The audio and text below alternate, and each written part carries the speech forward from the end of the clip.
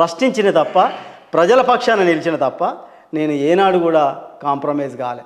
ప్రజల పక్షానే పోరాడిన, ప్రజల పక్షానే ఉన్నా. ఇప్పుడున్న ప్రతిపక్ష టీఆర్ఎస్ కావచ్చు, అప్పుడున్న అధికార పక్ష టీఆర్ఎస్ని మీరు ఇంత బాహటంగా అరే బిడ్డ అని చెప్పి ఇంత పదజాలంతో ఇంత పెద్ద పెద్ద మాటలతో విమర్శిస్తున్నారు అని అంటే ఎవరిని చూసుకొని ఈ వరంగల్ రవి గారికి ఇంత ధైర్యం అంటే ఏం చెప్తారు? ఏ ధైర్యంతోనైతున్నా, ఏ ప్రజల కొరకైతే నేను పోరాడుతున్నానో, ప్రశ్నించే గొంతుకనైనో, నేను ప్రధానంగా చేసింది ప్రజాస్వామ్యాన్ని బతికించుకోవడంలో ప్రశ్నించేవాడు ఒక మూలస్తంభం అయితే. ఓకే, ప్రశ్నిస్తుంటా అంటే ప్రజాస్వామ్యంలో ప్రజలకు ఉన్నటువంటి లోటుపాట్లు పాలకునికి తెలుస్తాయి. ఆ రోజు కూడా నేను ప్రశ్నించింది ఎందుకంటే తెలుగు మహాసభలు పెట్టినప్పుడు, ప్రపంచ తెలుగు మహాసభలు పెట్టినప్పుడు అది పెట్టడమే రాంగ్ అని చెప్పిన. ప్రపంచంలో ఉన్న రెండే రాష్ట్రాలు, ఒకటి ఆంధ్రప్రదేశ్, తెలంగాణ. నీకు ప్రపంచంలో తెలుగు మహాసభలు అంటే అది తప్పు అని చెప్పి అప్పుడే ఆ సభనే తప్పు పట్టిన. ప్లస్ అందులో ఒకటి అక్కడికి పిలిచిన వారిని ఏంటంటే తెలంగాణ ఉద్యమానికి సంబంధం లేని వాళ్ళని పిలిచి సినిమా యాక్టర్లను, డాక్టర్లను, క్యాపిటలిస్టులను, వాళ్ళని వీళ్ళను సీమాంధ్ర పెట్టుబడిదారులు అందరూ పిలిచి గౌరవించినాం. ఓకే, ఇవాంకా వస్తుంటే వీళ్ళైతేనో తెలుగు మీడియాలలో బెగ్గర్స్ని తీసుకుపోయి లోపల జైలు వేసి ఒక్కడ పెట్టాలని ఇవాంకా వస్తున్నప్పుడు, ట్రంప్ ఇవాంకా గారు వస్తున్నప్పుడు, మరి మనం ప్రపంచ దేశాన్ని అడుక్కుంటున్నాం కదా, మనం బిచ్చప్ దేశాలే కదా, మనం బిచ్చప్ దేశమే కదా, మనం పోయి కూడా IMF దగ్గర అడుక్కుంటున్నాం కదా, బెగ్గింగే కదా. నేను అది ప్రశ్నించిన. నువ్వు ఇయ్యాల నన్ను ప్రశ్నిస్తావు, అడుక్కునే పాపం ఆర్థిక పరిస్థితి లేక అడుక్కుంటున్నాడు కావచ్చు, వాళ్ళని దాస్తున్నావు కావచ్చు 3-6 రోజులు. తెలుగు మహాసభల మీద అప్పుడు నా ప్రశ్నించిన అప్పుడు ప్రశ్న ఎందుకంటే ఆవేశం, ఆవేదన, ఆక్రందన, కడుపులో దేవులాట పోరాడినాం కాబట్టి ఈ గాయాలు అయ్యే కదా, మీరు చూసింది కదా, ఆ గాయాల మచ్చల నుంచి వచ్చినటువంటి ప్రశ్నలే. ఓకే, కేసీఆర్, KTR వీళ్ళందరూ కూడా ఈ రాష్ట్రాన్ని సర్వనాశనం చేశారు. రైట్ అన్న, తెలంగాణ వచ్చి 2014 తర్వాత చాలామంది ఇప్పుడున్న కాంగ్రెస్ పార్టీ నాయకులు గతంలో పాటని కొనుక్కున్నాడు కేసీఆర్, గతంలో ఉద్యమాన్ని ప్రశ్నించిన పాటలే ఇప్పుడు గడిలో భజన చేయాల్సి వస్తుంది, గడిలను ఇలాంటి కళాకారులను కొనేసిండు కేసీఆర్, అతని భజన కోసం అతని ఇంట్లో పెట్టుకున్నాడు కాపరి లెక్క అని చెప్పి చాలామంది మాట్లాడారు. మరి మీ పాటను మీరు ఎందుకు 10 ఏళ్ళుగా అమ్ముకోలేదు? ఇట్లని ఎందుకు ప్రజల కోసం ప్రశ్నించారు? ఎల్లుంటే మీరు కూడా ఈ పాటికి ఏ బాల్కా సుమన్ లెక్కనో, హరీష్ రావు లెక్కనో పెద్ద పెద్ద ఇన్నోవాలు, ఫార్చునర్లు, బంగ్లాలు, విల్లాలు కొనుక్కుంటుండే కదా, ఎందుకు ఇప్పటి వరకు మీరు ప్రజల తరఫున నిలబడ్డారు? ఎక్సలెంట్ క్వశ్చన్ ఉపేంద్ర గారు.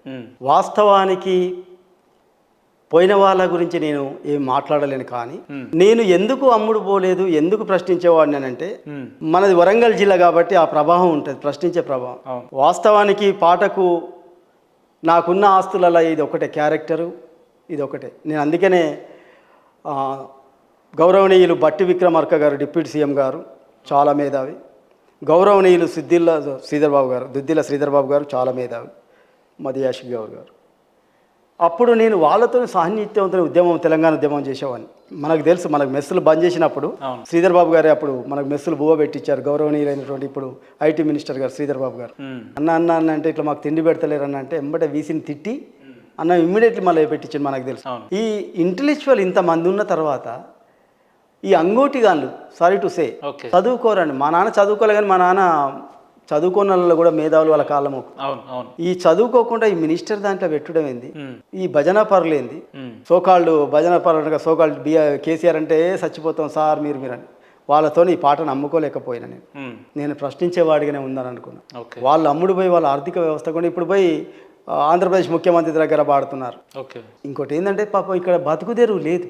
ఈ గవర్నమెంటా కోఆపరేట్ చేయదు ఇటువంటివి. బానిసను నేను బానిసనని తెలిసినప్పుడు కదా వానికి రియలైజ్ అయితే వాడు పాట పాడే బానిసలుగానే ఉన్నారు తప్ప, గడిలలో జీతాలు ఉన్నారు తప్ప వాళ్ళకి పొట్ట వెళ్ళదిపోయింది. వాళ్ళకి పొట్టేళ్ళక పాపం వాళ్ళు ఏదో 4 పాటలు పాడితే సంపాదించుకుంటే ఇల్లు కిరాయి ఇల్లు కొనుక్కుంటాం అది అని చెప్పి వాళ్ళు అనుకుంటున్నారు. కానీ ఆ పాట వల్ల ఎంత ప్రభావంతో ఉండి ఆ పాట వల్ల ప్రజాస్వామ్యం ఎంత కూని అయిపోతుంది అన్నది వాళ్ళకి తెలుస్తలే. పాట ప్రశ్నించాలి తప్ప అమ్ముడు పోవద్దు, బానిస కావద్దు, గడిలలో ఒక జీతగాన్ లెక్క ఉండొద్దు పాట.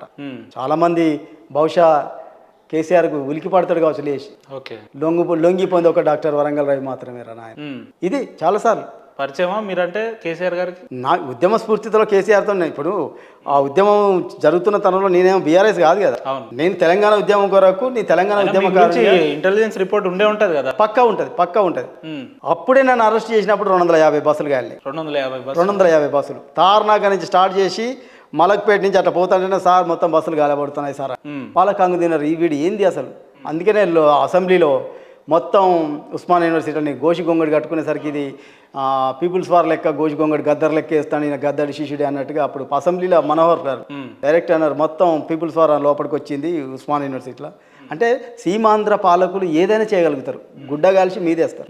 నేను అప్పుడు కాన్స్టిట్యూషన్ మీద పెట్టుకొని ఇగో ఇది మా ఆయుధం, భారత రాజ్యాంగం, బాబాసాహెబ్ అంబేద్కర్ ఇచ్చినట్టు మహనీయుడు ఇచ్చినటువంటి భారత రాజ్యాంగమే మా AK-47 మా అణుబాంబు ఇదే అని చెప్పి తల మీద పెట్టుకొని ర్యాలీ తీసి. ఎందుకంటే ప్రభుత్వం ఏం చేయాలనుకున్నా కూడా, రాజ్యం ఏం చేయాలనుకున్నా కూడా చేసేస్తుంది. రాజ్యం యొక్క స్వభావం. ఎప్పుడైతే ప్రశ్నించే వాడిని అణిచివేస్తాం అనుకోవడం రాజు యొక్క మూర్ఖత్వం. అంత సులభం కాదు.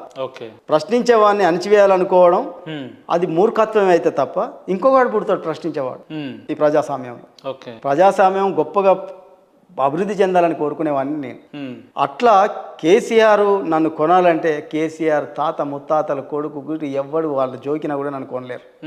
అదే బోధన నుంచి మండుటెండలవో పొరుబాటవైనావు ఆదివాసులకు అండగా ఉన్నవు మండుటెండలోన నడిసినటువంటి మల్లుబట్టి విక్రమార్కుడా ఓ మహనీయుడా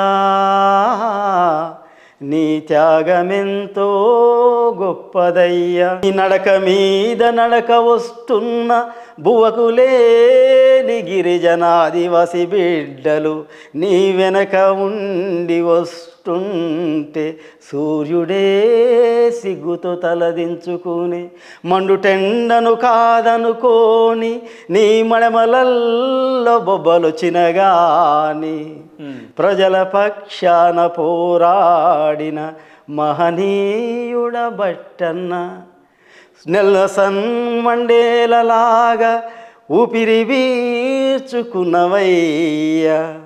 ఉద్యమానికి ఊపిరంటూ పంచెకట్టు కట్టినవయ్యా మరొక రాజశేఖరుడాని నిరూపించినావన్న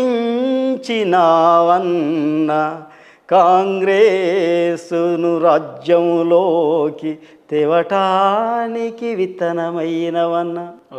శ్రీధర్ బాబు అదే అన్న. ఓ అన్న శ్రీధరన్న నడిరొడు మీద న్యాయమూర్త దంపతులను ఘోరంగా నరికి చంపిన ఈ ప్రభుత్వం ఏంటిదన్న ప్రశ్నించడమే తప్పైతే 1857లోన ఎంతమంది అమరులు కావాలి ఏమి రాజ్యమిది అన్న కల్వకుంట్లోని రాజ్యములో రాజ్యాంగమే లేదనటట్టు చేసినాడు 3 సింహాలను పెట్టుకున్న పోలీసులే మాయరన్న బానిసలాగా బతికిన కొందరి పోలీసోళ్ళు లుచలాగా బతికినారు వానిలోన ప్రజలపైన నిర్బంధాలతోని గురి చేసిన పోలీసోడు. కొంతమంది పోలీసులు చెంచాలు వాళ్ళ ఆస్తుల మీద ఎంక్వైరీ జరగాలి.